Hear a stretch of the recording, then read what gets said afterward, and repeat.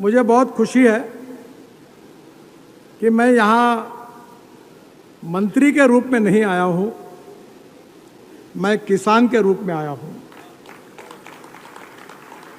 क्योंकि मैं भी खेती खुद देखता हूँ,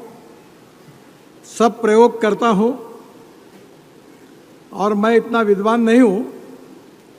पर मुझे 17 डॉक्टरेट और डीलिट मिली हुई है और महाराष्ट्र के सभी एग्रीकल्चर यूनिवर्सिटी की डॉक्टरेट मुझे मिली है।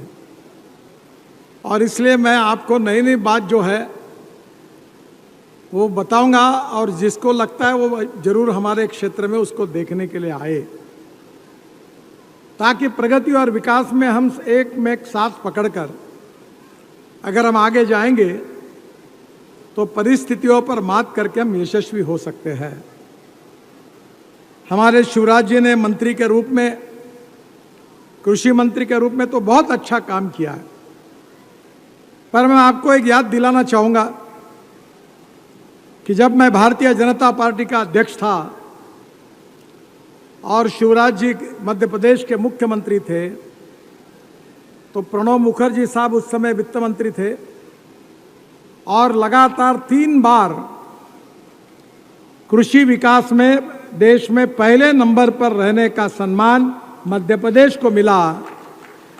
और उस समय मध्य प्रदेश के यशस्वी मुख्यमंत्री शिवराज सिंह जी थे और इसलिए इस क्षेत्र में उनके कार्य को मैं अच्छी तरीके से जानता हूं। बहनों और भाइयों, हमको अगर प्रगति और विकास करनी है तो भूतकाल में हम कैसे हैं, इसका वर्तमान काल में इसलिए अध्ययन करना आवश्यक है कि उसके आधार पर हम भविष्य की नीति बना सकते हैं। आज हमारे देश में अगर देश को विकास को अगर हम गिनने की कोशिश करेंगे तो उसको हम जीडीपी ग्रोथ कहते हैं, सकल उत्पादन देश का। और हमारे देश में जो सकल उत्पादन है वो हमारे सर्विस सेक्टर से 55% आता है जीडीपी के लिए, इंडस्ट्री का 27% है और हमारे कृषि क्षेत्र का जो हमारा उत्पादन है वो पशुधन से 5%, हमारे एग्रीकल्चर जो उत्पादन है गेहूं चावल जो क्रॉप इकोनॉमी जिसको कहते हैं वो 10%, फिशरी से 1.5% और जंगल से फॉरेस्ट से 1.5%, ऐसा 18% आता है। अब यह देखिए कि गांधी जी एक समय कहते थे कि हमारा देश गांवों में बसता है, पर धीरे धीरे गांधी जी ने कही हुई बात उस समय के सरकारों ने नहीं सुनी और परिणाम यह हुआ कि बड़े प्रमाण पर गांव की आबादी शहर की तरफ चली गई। मुंबई, दिल्ली, कलकत्ता, चेन्नई, बेंगलोर,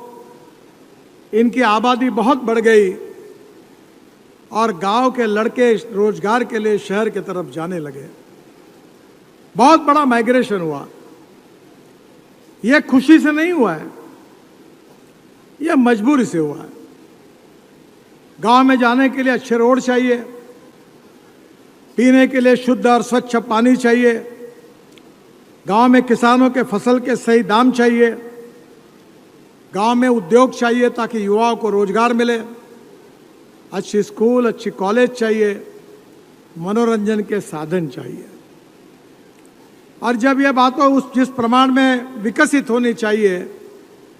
वो नहीं हुई, क्योंकि इकोनॉमी जो ग्रोथ होनी चाहिए एग्रो इकोनॉमी की, उसमें कुछ अड़चने आई। कृषि एवं किसान कल्याण मंत्रालय।